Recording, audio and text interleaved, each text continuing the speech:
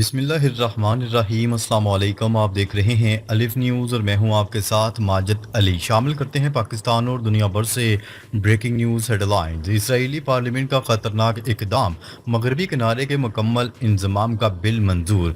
आज Israeli parliament ने 71 के मुकाबले में 13 वोटों से एक ऐसा बिल मंजूर कर लिया जिसके नताइज पूरी इस्लामी दुनिया को हिलाकर रख सकते हैं। इस बिल के तहत इसराइल मगरबी किनारे में यानी मगरबी किनारा जो फ़लस्तीन का अहम तरीन इलाका है को मुकम्मल तौर पर इसराइल में शामिल करने जा रहा है। इस इकदाम के बाद खदशा है कि ना सिर्फ लाखों फ़लस्तीनी बेघर होंगे बल्कि मुसलमानों का मुकद्दस मकाम मस्जिद अक्सा भी संगीन ख़तरे में आ जाएगा।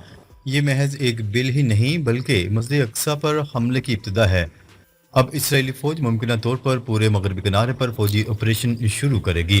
गजा तो पहले ही तबाह हो चुका है, लेकिन मगरबी किनारे में ना कोई हुकूमती मज़ाहमत है और ना ही कोई दफाई निज़ाम। यही वजह है कि वहाँ की ज़मीन इसराइल के लिए आसान शिकार बन चुकी है। सबसे तकलीफ दह बात यह है कि मुसलमान ममालिक सिर्फ बयानात, मज़म्मतों और दुआओं तक महदूद हैं। इसराइल जानता है कि मुस्लिम दुनिया आलमी इक़दामात से कासर है, इसलिए वो आगे बढ़ता जा रहा है।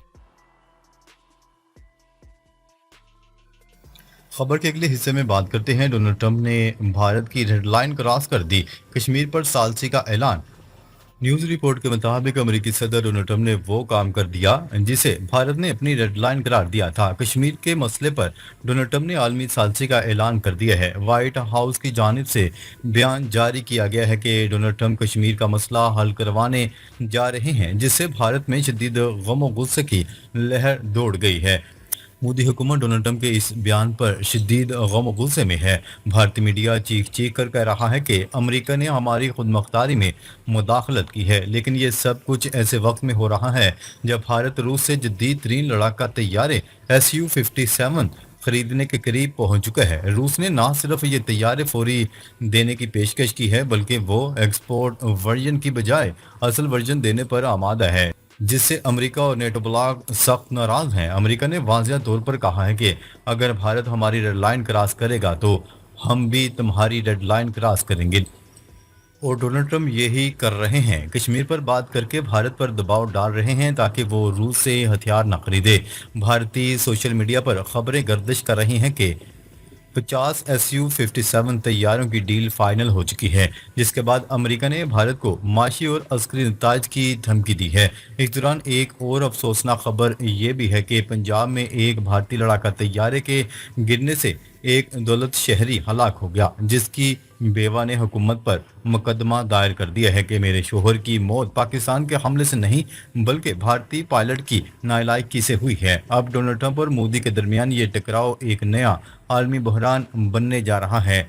अमेरिका भारत को रूस से दूर करना चाहता है, जबकि भारत को चीन के मुकाबले में रूस की अशद ज़रूरत है। अगर भारत चीन और रूस के साथ मिल गया तो अमेरिका की वाहद सुपर हैसियत को सख्त खतरात लाहिक हो सकते हैं।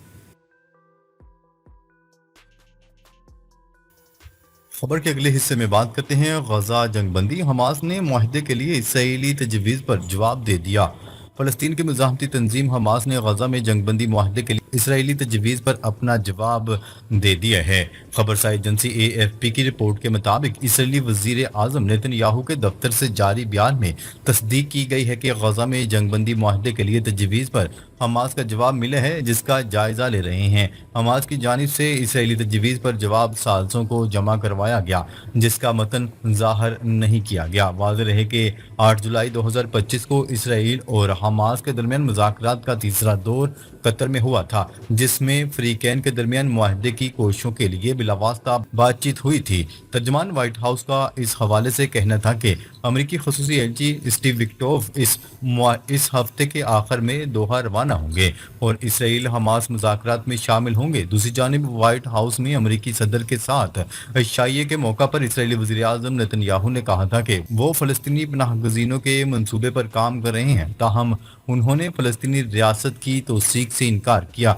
नेतन्याहू का कहना था कि वो मुआहिदा इब्राहीम को वुसअत देना चाहते हैं। मेरे ख्याल में फ़लस्तीन को खुद पर हुकूमत करने के तमाम अख्तियारात होने चाहिए, लेकिन किसी भी ताकत से हमें ख़तरा नहीं होना चाहिए। इसका मतलब यह है कि कुछ ताकतें जैसे मजमूई सिक्योरिटी हमेशा ہمارے ہاتھ میں رہے گی۔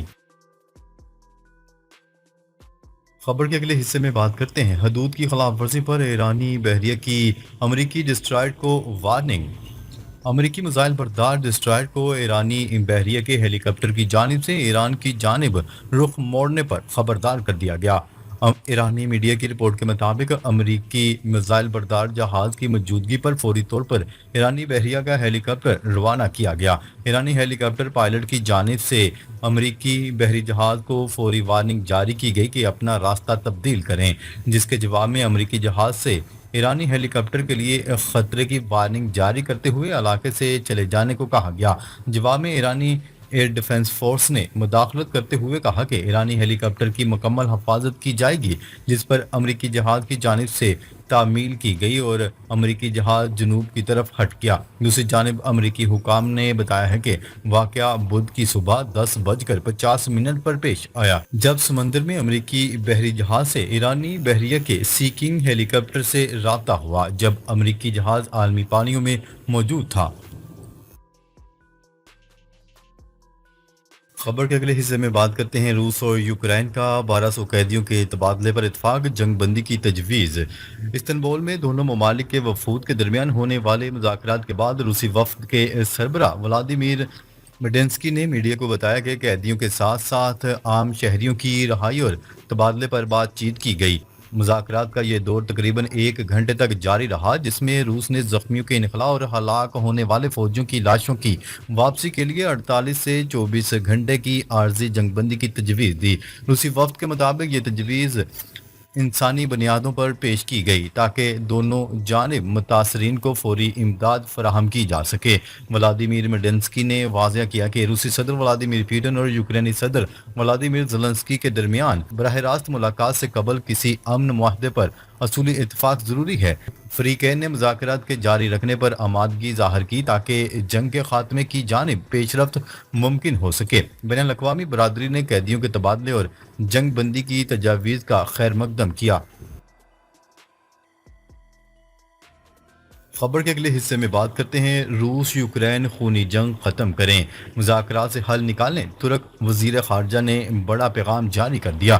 ترک وزیر خارجہ نے روس اور یوکرین پر زور دے کر کہا ہے کہ وہ موجودہ خونی جنگ کو فوری طور پر روکنے کے لیے نتیجہ خیز مشاورت میں شامل ہو۔ استنبول میں جاری ان مذاکرات کے پس منظر میں ترک وزیر خارجہ نے ایک بیان جاری کرتے ہوئے کہا کہ یہ خونی جنگ ہر دن انسانی جانوں کا نقصان کر رہی ہے، جس کا فوری خاتمہ ناگزیر ہے۔ انہوں نے فریقین پر زور دے کر کہا کہ وہ ماضی میں طے پانے والے معاہدوں کو بنیاد بناتے ہوئے مذاکرات کو آگے بڑھائیں اور سیاسی حل کی راہ ہموار کریں۔ انہوں نے ایک بار پھر امن عمل میں سہولت کاری کا کردار ادا کرنے کی پیشکش کی ہے۔ ترک حکومت کا موقف ہے کہ علاقائی استحکام اور انسانی جانوں کے تحفظ کے لیے جنگ کا خاتمہ اولین ترجیح ہونا چاہیے۔ خبر کے اگلے حصے میں بات کرتے ہیں روس میں مسافر طیارہ گر کر تباہ، تمام مسافر ہلاک۔ روس کے مشرقی علاقے میں ایک مسافر بردار طیارہ گر کر تباہ ہو گیا، جس کے نتیجے میں طیارے میں سوار تمام افراد ہلاک ہو گئے۔ تفصیلات کے مطابق روس کے مشرقی علاقے میں ایک مسافر بردار طیارہ دوران پرواز گر کر تباہ ہو گیا۔ حادثے میں سوار تمام 49 افراد جان کی بازی ہار گئے۔ نیوز رپورٹ کے مطابق سائبیریا کی انگارا ایئر لائن کا طیارہ چین کی سرحد سے متصل قصبے ٹائنڈا کے قریب ریڈار سے غائب ہو کر لاپتہ ہو گیا تھا۔ طیارے میں 43 مسافر، جن میں 5 بچے بھی شامل تھے، اور 6 عملے کے مسافر سوار تھے۔ روس کی خبرساں ایجنسی نے بتایا ہے کہ طیارے کو لینڈنگ کے دوران موسم کی خرابی اور کم دکھائی دینے کے باعث حادثہ پیش آیا۔ ناظرین، اب تک کے لیے اتنا ہی۔ مزید خبریں لے کر بہت جلد آپ کی خدمت میں حاضر ہوں گے۔ تب تک کے لیے اپنا خیال رکھیے گا۔ اللہ نگہبان۔